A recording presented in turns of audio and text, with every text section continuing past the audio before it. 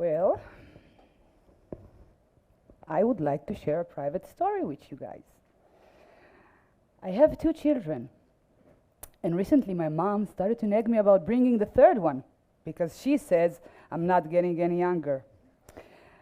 But honestly, I can barely handle 2, so I tell her I'm not planning any pregnancy soon, and she can really be a pain in the ass sometimes. So during the holidays, she brought forces with her. My aunts, my grandma, they were all showing me this graph they found on Google, proving that it will be extremely hard for me to get pregnant after the age of 35. She even consulted with her doctor about my health condition, okay? And he told her, I shouldn't be waiting anymore. Now is the time. Now, okay? And I panicked. Like, I really panicked. So I went to my doctor to figure out what are my real chances to get pregnant after the age of 35. And he said that I can wait, but not longer, which is unclear. What do you mean? I mean, how much? A year? 4 months? I don't know. Anyway, I was bothered and confused by all of this information. So later that day, I posted an anonymous post on a mother's private Facebook group. And I asked, who succeeded in having a healthy pregnancy after the age of 35? I received hundreds of comments from women sharing their successful pregnancy stories after the age of 35. And I also received dozens of recommendations for doctors and for other virtual communities to support me throughout the way. And all I see in my feed right now are pregnant women above 35. So I'm calm and I'm confident. I have decided to take my time. And now this is my truth. And now not only did I believe in it, okay, I've also become an expert in the field. So if you guys are considering a pregnancy after the age of 35, feel free to approach me after the presentation. Welcome to the post-truth era. Let's look at my story as an example for what we are experiencing in the world today. People today decide what the truth is according to their feelings and emotions at the expense of facts and rationality. And why is that? Well, for a few reasons. First, using the internet, the technology, the media, okay, generate a massive amount of information, disinformation, and misinformation whose reliability is almost impossible to examine. People today are so confused or trying to process so much information that they become distrustful towards everyone around them. They feel like the institutions of truth-telling, the courts, the press, the universities, are not offering them reliable information anymore. Trust in science is constantly declining, leading to uncertainty about scientific information. Not only that I don't trust my doctors, I don't trust the politicians that represent me, I don't trust the media, I don't trust anything other than myself. So people today replace objective facts with subjective interpretations, okay, based on emotions. Truthiness, okay, is a feeling of truth, and it replaces truth itself. Like, I didn't feel right about what the doctor said, so I interpreted the information according to my emotions and feelings. Truthiness is governed by the manipulation of algorithms, echo chambers, and bubble filters, which formulate our feeds to display content according to what we like, share, and search. People today can filter the information they consume to a point where they can completely avoid the encountering of other viewpoints than theirs. Moreover, they find an approval for their truthiness in these virtual communities that like their shares. You saw how quickly it was for me to get an approval for my truthiness. Now, the end result of all of these processes is extreme affective polarization of strong negative feelings towards other groups in society. And I guess the best example for that would be the elections. Last week, we had our fifth election. Thank God, not yet. Let's try to resolve it. Anyway, let me ask you a few questions. How many of you found it difficult to decide whom to vote? Raise your hand. Okay.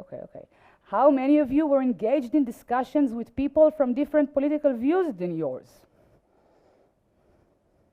In these discussions, how many of you felt like you managed to influence the other position, like you managed to expand his knowledge about the issue discussed? No one. That is, oh, Yes? Good, Gal. Good. Share with us after the presentation. Let us know what did you do that helped. And how many of you ended the discussion with a conclusion of let's agree to disagree, or you have your opinion, I have mine? You see, discussions became impossible in polarized societies. We end them with let's agree to disagree and hold on to our position even stronger than before. Look at where it brought us. We had 5 rounds of elections in less than 4 years. Now, this is a problem. And why is this a problem? Because according to the literature, democratic discussions are the drivers of democratic participation. Through democratic discussions, we learn how to, we exchange knowledge and positions with other people. We promote our positions, and we listen and reflect to their positions. And together, we work together, and we aim together for a shared conclusion or understanding or decision that will contribute to society's progress and well-being. So democratic discussions are needed for society to progress and flourish, and we also know that discussion, or the ability to discuss, develops through practice. And therefore, education for democratic citizenship becomes more urgent than ever today. And as a teacher, I'm a teacher, by the way, that's what I wanted to do with my students. I wanted them to get ready, to prepare them to practice democracy in extremely polarized societies. I wanted them to learn how to state a claim, how to give reason. I wanted them to practice collective decision-making and self-control while discussing controversial issues. Here you can see some of the discussions I had with my class. And I would be happy to say that the discussions ended with mutual understanding and collective decisions, but in reality, they always ended with a bunch of students screaming over each other, "You're a racist, you're a traitor, you're so stupid, I hate you, I wish you," and you all know, of course, how it ends. So it isn't surprising that research shows that teachers shy away from democratic discussions, especially around controversial issues, because the students very emotional with their positions. They tend to be very emotional with their positions, and the teacher finds it extremely difficult to facilitate a respectful discussion. And as a teacher, I thought it is my fault. I thought I'm not good enough at facilitating a discussion in my classroom, or my students are too noisy for this method. But as a researcher, going into a deeper philosophical investigation of this issue, I realized that the problem is quite different. If we look at the preconditions that are needed for democratic discussion, we can see it requires trust and mutual respect. It also requires the participants. They must be equally informed about the position discussed. They must base their positions on factual truth and evidence. Democratic discussions rely on established knowledge only. They disregard, okay? They do not accept emotional truthiness. Now, these preconditions stand in complete opposition to the condition of post-truthful students. They are distrustful and disrespectful towards everybody around them. Some of them are misinformed students who are positive, okay, or confident that their position on the issue is the right one. Governed by their truthiness, they refuse to accept established facts and shared knowledge. So what do? Leaving them with this distorted, non-moral issues they hold, some of which are racist, stereotyped, hateful, avoiding discussions altogether? As philosopher of education, I believe that the proper response to this problem should be to try and bridge this gap between the theory of between the democratic theory and its educational approaches and the post-truthful societies and students.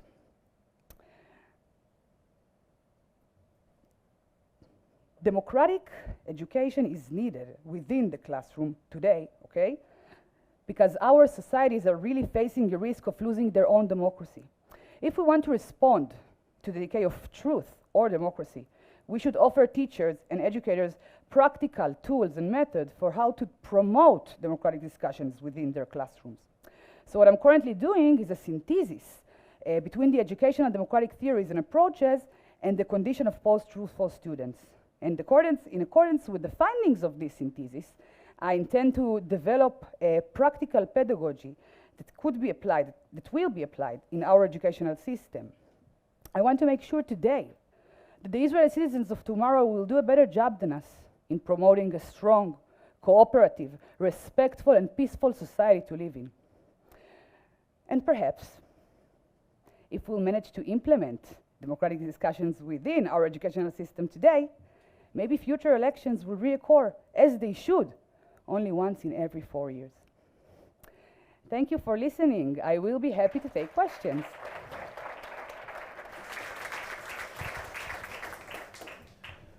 Hi, thank you very much. I'm Menachem from the Weizmann Institute. Of course, it's a highly important topic, and thank you very much for sharing this. Do you have, can you share with us some preliminary conclusions on how to, again, bridge this gap that you described between what you were aiming for and the crappy situation we're in right now? Yes, thank you for the question. So I think it relates to Oriane's discussion from earlier about our role as philosophers within the sciences or within the research field. And we see that the democratic discussions, the theories, that democratic discussions derive from are very, very, they are not connected to reality at all. And we see that there is a missing gap, like there is something that is missing, and it is, of course, within the field of education. So we found that there is a huge gap between the theory, the philosophical theory, and its approaches to the field of citizenship education within universities, like faculties of learning and studying education as a whole.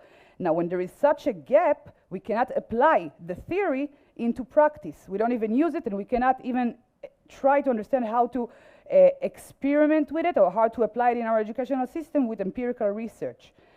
So what we see right now, what I see, as long as the research progresses, is the first thing, there is a gap between the philosophical foundations of democratic education and what we see today in citizenship education within the classrooms. And the second main problem is the issue of emotions. Because classical theories, as you know, they presume that emotions are not part of the thinking process, okay?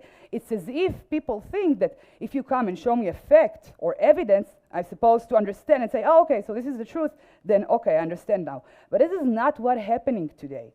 Today, people sort of like processing things differently. Now, there is empirical research that is going on by psychologists already on this issue, and we try to sort of take the empirical research and bring it to the field of philosophy of education in order to understand how can we find how can we bridge the two. I don't have an answer to that yet. And the third problem is, of course, the problem of trust.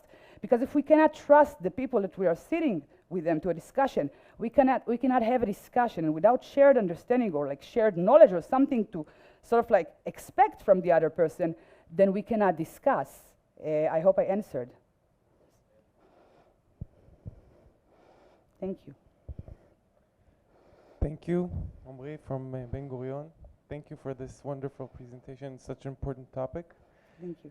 I'm wondering, what's your thoughts about, because obviously this gap is super important, but what is the role here of the time that is invested in educating for democratic discussions? I mean, not just the content, not just the what we need to educate for, but how much, and I'm wondering if there is any tension between that and other fields that we're educating for, such as math, sciences, and for the high-tech industry, etc. Okay, thank you. I hope I understand your question. You're asking like how do we... Not the what, sorry. Not wondering about not just the what, which you explained great, but the how. I mean, how much resources do we have to internalize all these new ideas, and how much time is devoted to these to this important topic within the educational system? Okay, so I'll try to understand according to my understanding. I'll try to answer, but the Ministry of Education is really occupied with this issue. Okay, so they're developing a lot of programs, and there is a lot of media literacy, for example, and especially in the science, במה שנקרא מדעים, in science, we talk a lot about post-truth in terms of how do we understand facts, okay, and how do we accept facts. But there is another problem here, and it's the problem of affective emotions that influence us and sort of like frustrates our ability to understand that what we're seeing here is a factual truth. And the Ministry of Education is doing a lot of things in different fields of education and knowledge, but not in education for democratic citizenship. And that is the problem, because we can teach our students how to, promote evidence, or how to search for, through inquiry, for knowledge or for a better understanding of the world, but we also need to teach them how to communicate with people and how to discuss and how to share their positions with others, or how to influence others' position within a discussion. Did I answer? I'm not sure, Omri, I'm sorry. Yes? Okay. Last question. Hi, thank you. I am Shir from the Hebrew University. I have maybe a basic question, but we talk about fact, like scientific fact or fact in general, but I would maybe it's like the opposite of what you talk about, but I'm not sure that like there is in the attack in Tel Aviv, like Pigua, I'm not sure that the attack is the word. The BBC in Britain published it as a man got shot, people got shot in Tel Aviv, Palestinian guy died. This is the fact. People got shot in Tel Aviv, Palestinian guy died, but this is just part of the fact. Like a Palestinian guy come to Tel Aviv to a bar and shot Israeli people because they were Israeli. So those are also the facts. So the difference in the media was not on the fact themselves in this case, but on the context. So how do you deal with this in your, like you came from the point that there is a fact, like a one true fact. But in this case, all the things that I said were the facts. How can you deal with that? So we do have facts, of course, that are that sort of like tie all of us together, right? Because that's how we understand the world. And there are interpretations for facts, okay? So we can sit with this article together as a class or as adults, doesn't matter, and try to evaluate all the information that we've seen in this article. This is called media literacy today. And we try to evaluate all the positions, all the arguments, and we try to come to sort of a better understanding of what did we see here. The fact that it's published on the newspaper doesn't mean that it's a fact. We understand that today. We need to try and evaluate the information that we see according to sort of like it's a set of characteristics that we need to have today.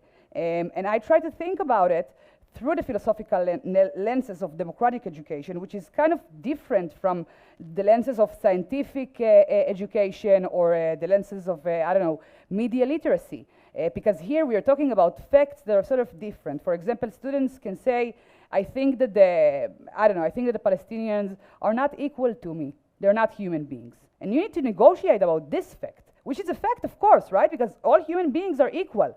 I mean, it's not something to open to a discussion, right? I mean, we should say like, yeah, of course, everybody are equal. That's humanity. We're all equal. But the students, they start to see things differently according to their emotions, and that's the problem. So how does the teacher facilitate this? Like, how does she explain?